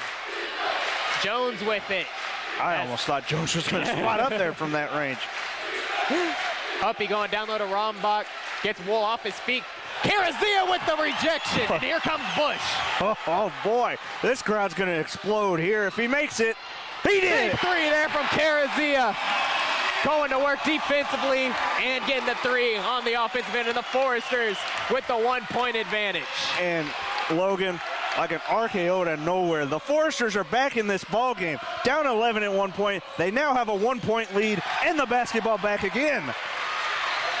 This place is about to explode if the Foresters can get a bucket. Bush, screen from Wool. Going Coverstone 3, around and out. Oh, that was so close. That should have dropped. It just didn't. Outside, looking in, Wool with the rejection. Brody with it, going to Diego. 15 now on the shot clock. Rombach driving left side and gets it poked away by Carazia and out of play. 10 on the shot clock for St. Xavier. Interior defense has stepped up this second half too, Logan. And a good job by Carazia and Wool both getting involved somewhat on that last play, forcing that ball going out of bounds. Jones, the inbounder, needs some help, finds Niego in the corner.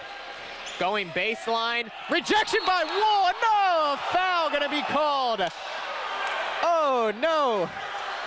Dan Wool gonna be called with the body foul. Oh man. Oh no. That's one you won't see on the playground. We're going the other way. Oh goodness. What a call there, and that's gonna put Niego on the line, shooting 2. He's able to hit the first, and the Platt brothers now gonna check in for Coverstone and Murder.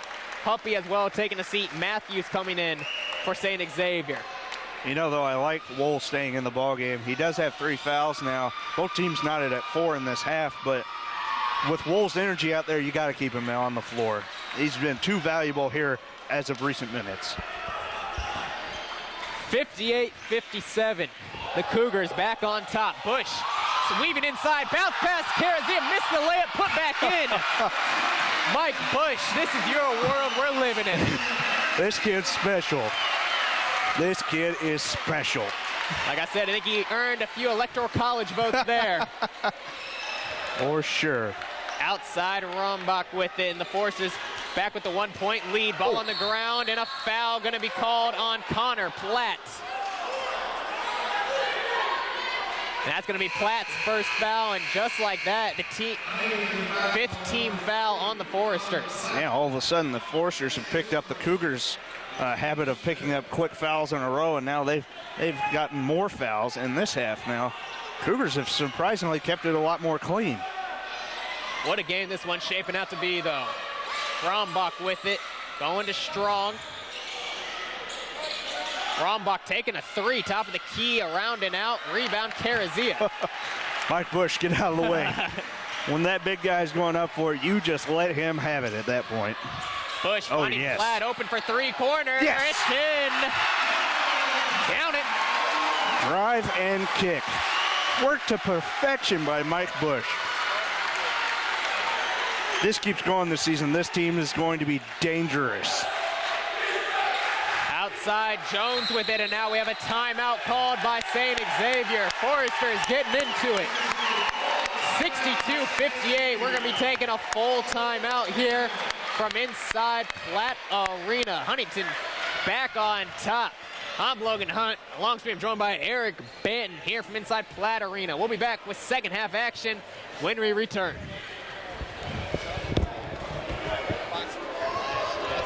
Last year, Dr. Tanner Babb. I'm an assistant professor of psychology and also the head of the psychology department.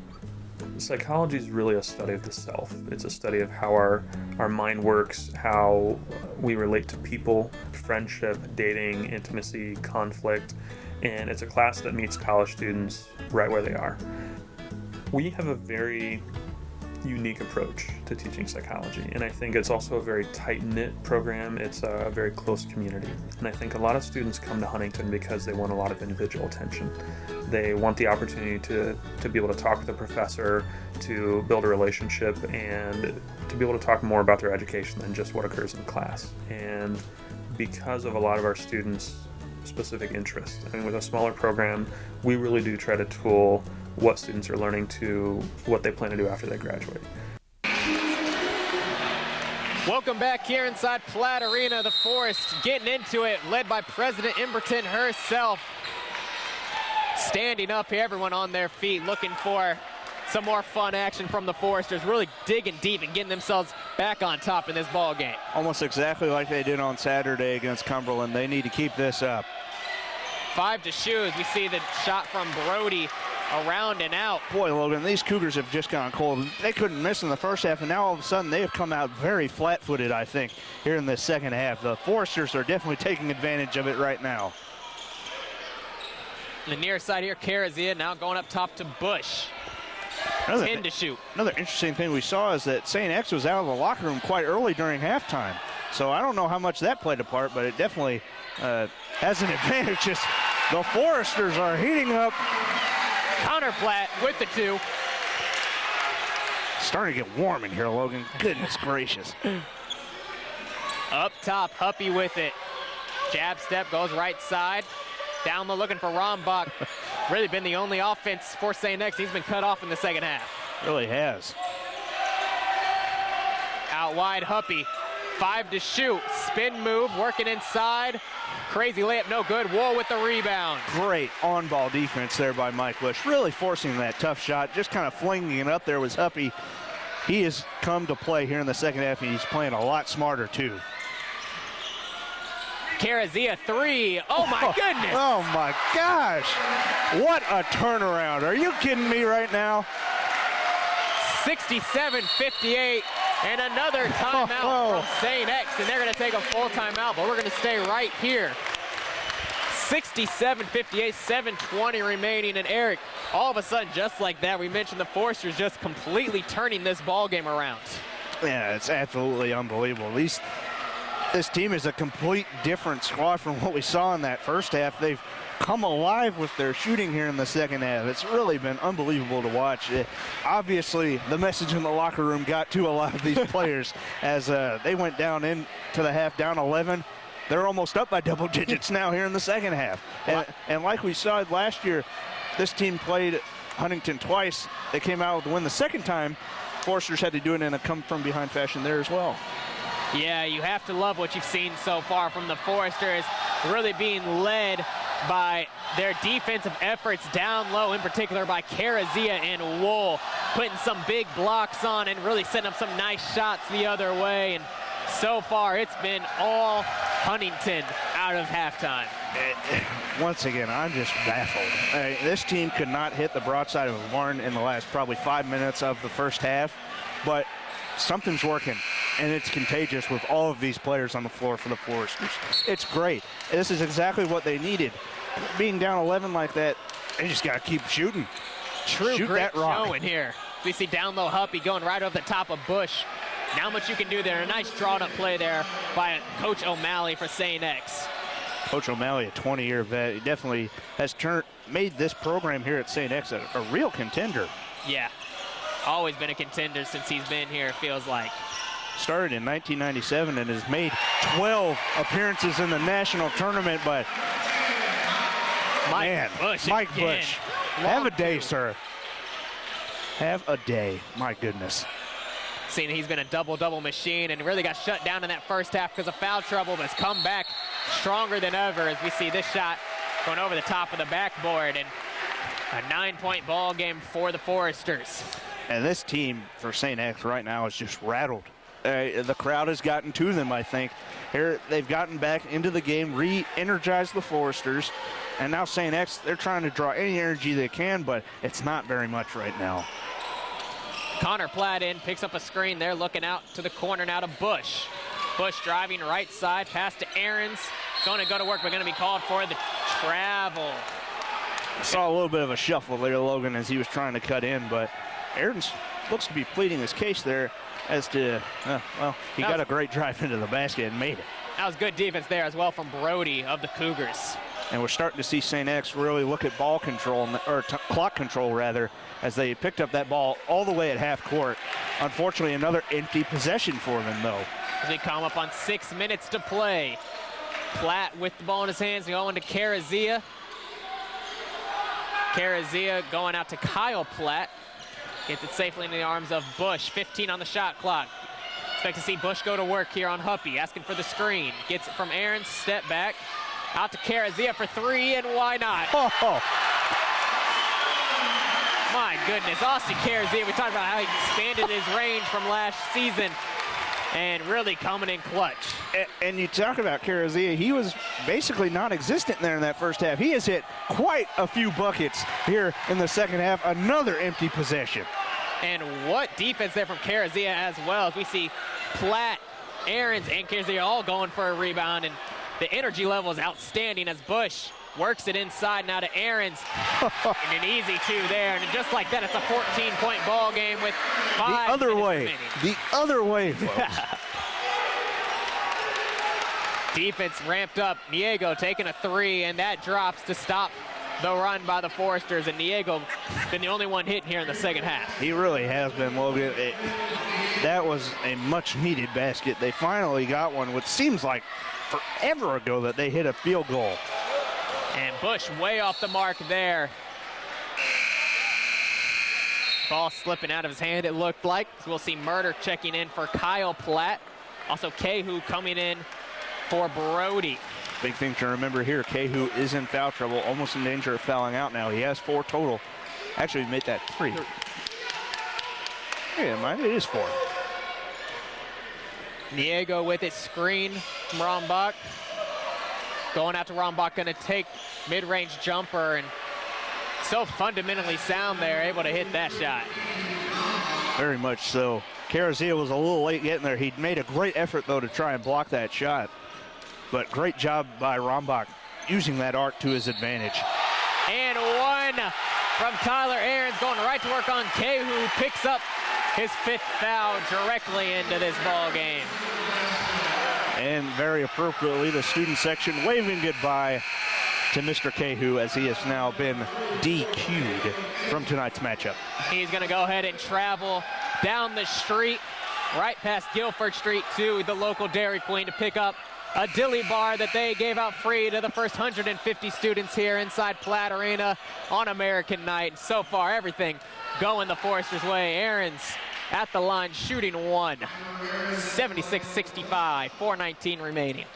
And remember, Ahrens started out the second half and was kind of ineffective, but now since he's come back in, I think he's been revitalized, and he's really playing well now. Really has so far. Long 3 from Diego, splashes in again, and he's now past the 20-point mark, looking at 22 on the night. He's having himself a nice night for St. Xavier. And if anybody's going to get the Cougars back into this ballgame, it's going to have to be Diego. So far, nobody else has really helped out for him. 77-68, under 4 minutes to play. Down low, Ahrens with it. Kleinenrich on him. Ahrens going to work, left hand hook, around and out. And here comes Diego quickly, looking to push, wants to pull up for 3 and does. And that's good. And he's absolutely killing the Foresters now. Just like that, it's single digits again. A 6-point ball game, 3.5 minutes left, and I think Coach Platt just made a good adjustment. He's going to send in Kyle Platt and Dan Wohl, who now is fully rested. Up top, Murder with it. We're coming up on 10 to shoot now. Bush has the ball in his hands. Huppy on him, one-on-one. Bush slicing and dicing, losing the ball though. Jones pushing quickly now the other way, going to Huppy. Gonna be a long 2, and that's good. And we'll see a timeout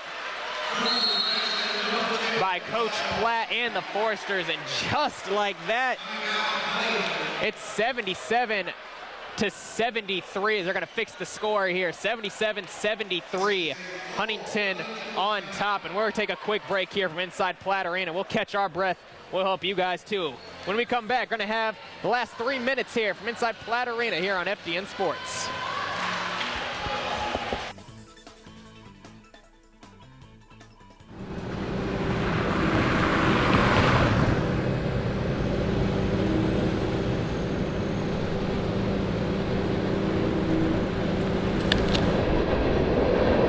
It's extremely prevalent in the movies we watch, the music we listen to, or the lives that we got.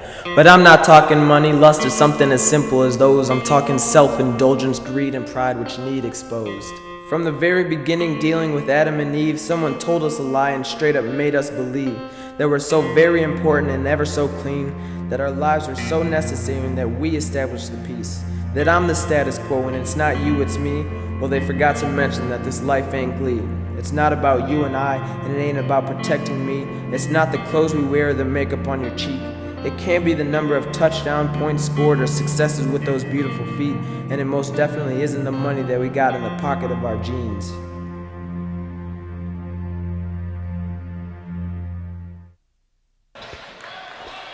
Welcome back here from inside Platt Arena.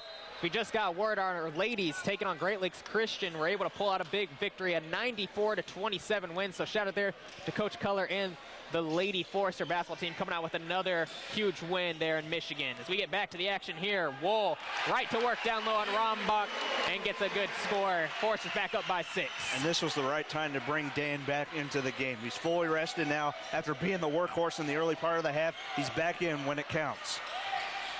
Rotation down low. We see a miss by Brody. Good defense there from Kyle Platt, rotating over on the switching. That's exactly what I was going to say. Well, when you read my mind there, of course, we do have that Dub C connection, of course. Of course, residing from the 317 in Indianapolis, going to Warren Central. As we see the Foresters now looking to try to put this game away. Low look pass, Warren Bush. Are you serious? Senior to junior, the connections there. And Carazia asking for more from the crowd. 81-73, under 2 minutes. Niego, long three. Front iron, Wool with the rebound, going to Bush. Bush going to Wool, back down low, and one! Give it to me, Dan Wool. 83-73.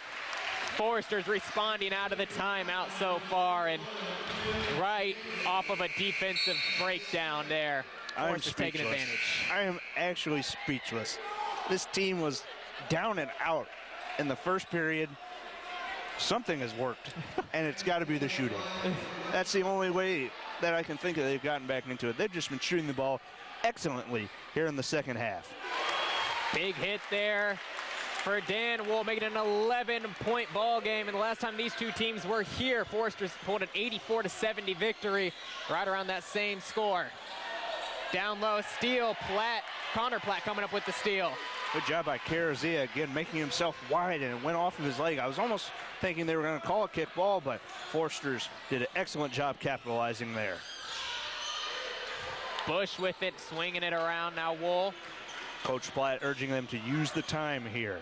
Connor Platt inside of the backdoor cut. Nice find from Wool and nice adjustment in the air. That's what I was thinking. Great adjustment against tough defense there. Inside Niego. Gonna throw it away, and the defense is stifling. 86-73, just over a minute to play. Foresters can feel it here inside Platt Arena. That ball looked like garbage because it was thrown away out of bounds toward the fans in the stands. And the Foresters, again, are getting good breaks. Their defense has gotten a lot stronger, and they're a minute away from turning this, what looked like a loss, into a win. Carazia with it outside, squeezing that orange nice and tight. Going to Platt now. Under a minute to play. Crowd on its feet cheering on the Foresters.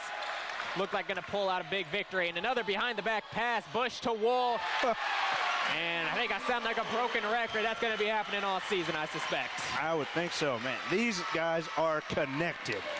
Absolutely on the same page. Rombach taking the long three. It's not there. Rebound, Carazia.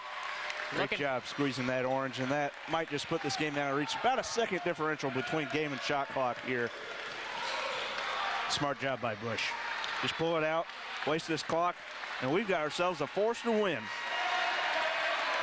1 second differential, like you mentioned. Bush is going to have to throw something up here at the end, it looks like, as the crowd has something to cheer about.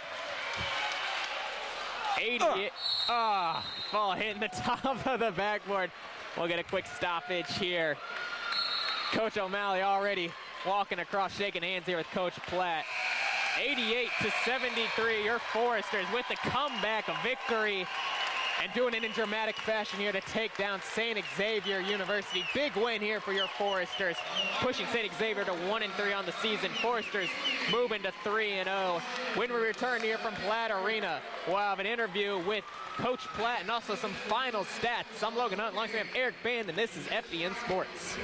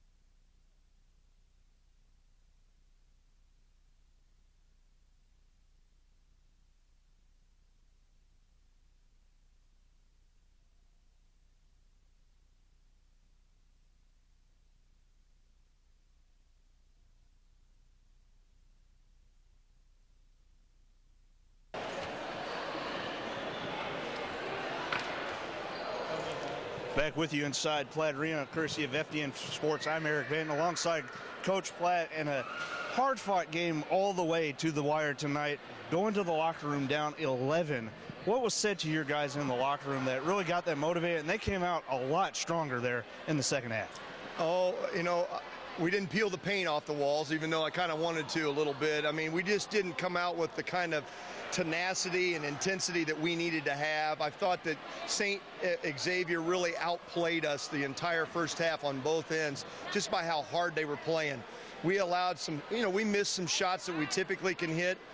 We haven't shot the ball real well yet on the year, and I think it started to affect us mentally, and so we just got lazy defensively, and they just made us pay. And you know, you just can't do that against quality teams. And this is a team that went to Branson last year, and their coach has won almost 1,000 games. I mean, they know what they're doing. And so we had to come out in the second half, and we really didn't start well in the second half. I mean, we had a little bit of a run, but then they came right back to where they were and got back up by 10 or whatever. And then at about the 10-minute mark, I'm kind of ballparking here, then all of a sudden we decided to play.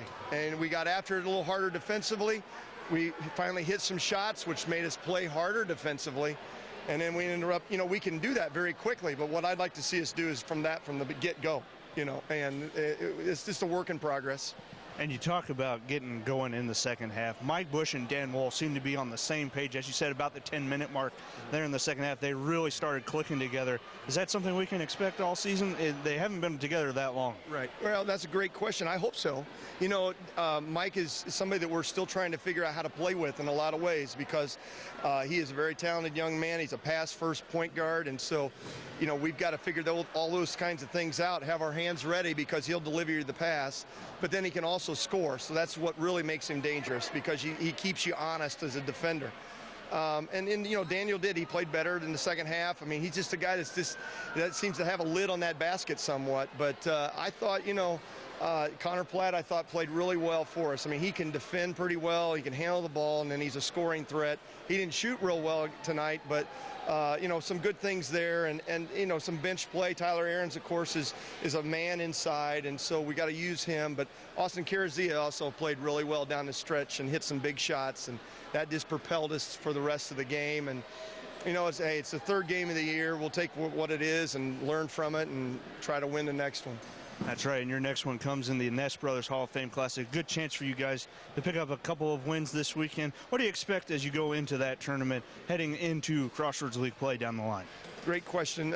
You know, the night one opponent, Great Lakes, is I don't think the greatest opponent in terms of record and all that, but I know they'll play really, really hard, so we better come to play. And then, you know, who we'll play on Saturday, whether it be C of O or Cornerstone, either one. Those are two really, really good teams. Cornerstone is nationally ranked and will be out the national tournament again. They'll pick to 1 or 2 in the WAC conference, and then C of O is always really good, and this will be their first time to actually come out here and play.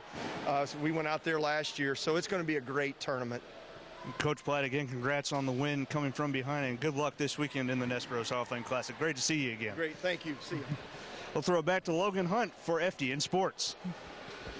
Big time win there for the Foresters, and thank you again to Eric Bannon and also Coach Platt. Big win there for Huntington University, taking down St. Xavier. Gotta say, give the highest just congratulations to Huntington and everything that they did, getting themselves back into that matchup as well. And I know Coach Platt touched on it, and we'll touch on some stats here. Rombach finished with 19 points, had 17 in the first half, held to 2 points there in the second half. And Quinn Niego finished with 24 points, 9 rebounds, 5 assists. Really was the go-to man there in the second half for for St. Xavier, as he was the key guy there. As we look at the Forester side, Coach Platt touched on it. Dan Wool, 27 points, 8 rebounds, 4 assists, was getting it done there in the second half, along with Tyler Aarons, 16 points, 5 rebounds. Yeah, and you talk about the second half for St. X. It really was only Niego going offensively. Foresters did a great job bottling up Rombach for, like you mentioned, only 2 points in the second half, finished with 19 on the night. Also only went 1 for 3 shooting in that second half. That was a big key for them. And then, like we mentioned, Mike Bush and Dan Wool were on a different level and on the same page. Absolutely fun to watch those two players, and I can't wait to watch more of it this season too. Yeah, definitely can't wait here from the Foresters. They're going to be putting in some work, and Coming up next on the list, Great Lakes Christian 0-5 on the season so far. Forsters looking for a big win here. Going to be playing them at 8 o'clock on Friday night right here inside Platt Arena. Forsters moving to 3-0 on the season, looking for a 4-0 start. And it's going to be interesting to see, again, who they play on Saturday. Coach Platt mentioned College of the Ozarks, always a perennial power, and Cornerstone University, the defending, or was a champion, I believe, 2 years ago in the Division II ranks, and they're always a perennial contender as well. Should be a good weekend for the Forsters to really see what kind of team we've got here. Certainly will be an exciting weekend. Make sure you tune in here to FDN Sports. We'll have the coverage for you right here inside Platt Arena.